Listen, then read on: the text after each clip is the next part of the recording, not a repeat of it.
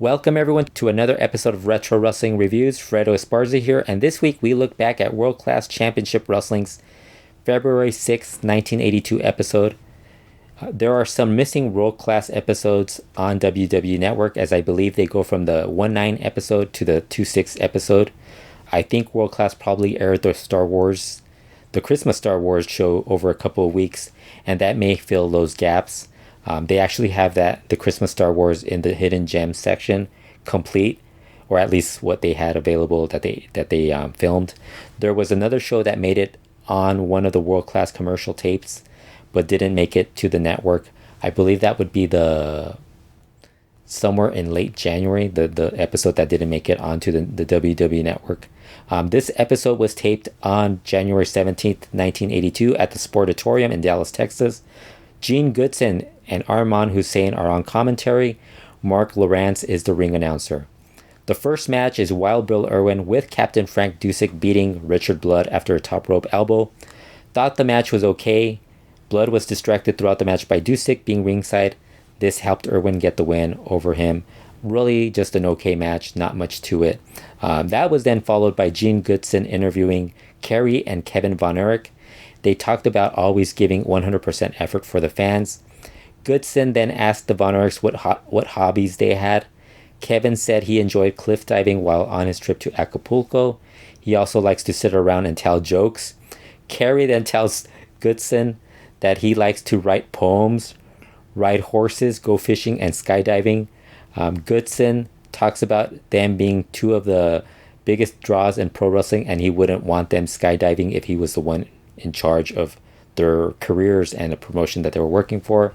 I think he kind of overlooked the whole fact that Kerry Von Erich likes to write poems. Of course, he was more concerned about their health with the whole skydiving thing. I doubt they did that. That was then followed by Jose Lothario beating Carlos Zapata after knocking him out with a punch. This was an okay match, and I thought Zapata did a great job selling Lothario's punch. That was then followed by Bugsy McGraw beating Al Madril to retain the NWA American Heavyweight title after Madril refused to break the figure 4 leg lock at the 5 count. So the referee had to disqualify Madril. This was the best match on the show, which surprised me a bit, but I thought Madril was good in this match. McGraw wore a t-shirt with the words "Paperback Hero" written on it. I'm not really sure what that's all about. I'm sure I'll find out at some point, because that's one thing that World Class does do. They actually do make a point of pointing out the certain things that the wrestlers do, like Kevin Von Erich wrestling barefoot, and and somebody losing their hair and explaining why he lost his hair. That happens with Big Daddy Bundy. So they kind of do make an effort to let you know what's going on with each wrestler, despite it maybe being something that doesn't happen on the television show, or maybe something that gets done on a house show. Bugsy showed his frustration against Madril throughout the match. Late in the match, Madril gets most of the offense, getting several near falls on McGraw. They exchanged punches until Madril caught Bugsy with an atomic drop and then put him in the figure 4 leg lock. McGraw reached the ropes, but Madril kept the figure 4 locked in. Referee Bronco Lubick called for the bell and disqualified Madril. After the match, Al grabbed the mic and challenged McGraw to a no disqualification match. Like I said, I thought this was the best match on the card, on the show.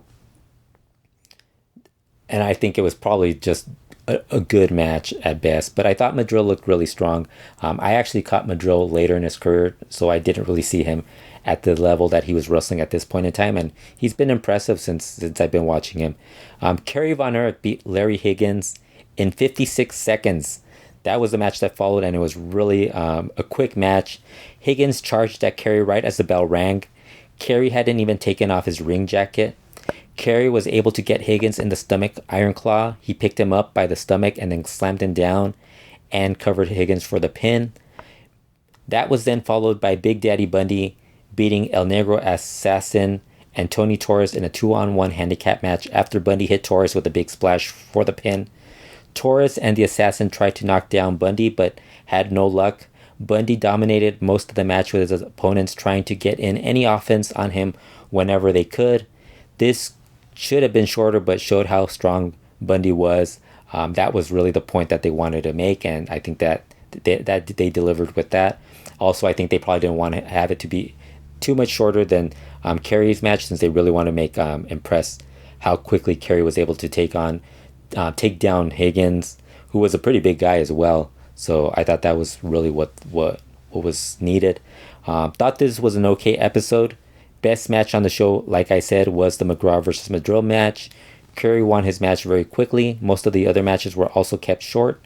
I thought the best thing out of the show was the Von Erichs interview with them telling everyone their hobbies. And I wish I had seen this as a kid, because I would have wondered what Kerry's poems were all about. That is something that I will never know. Unfortunately, Kerry died at a very young age. And maybe, I don't know, maybe he did write poems that actually made it onto television. It's something that I'm really interested in seeing. This was an okay episode, like I said.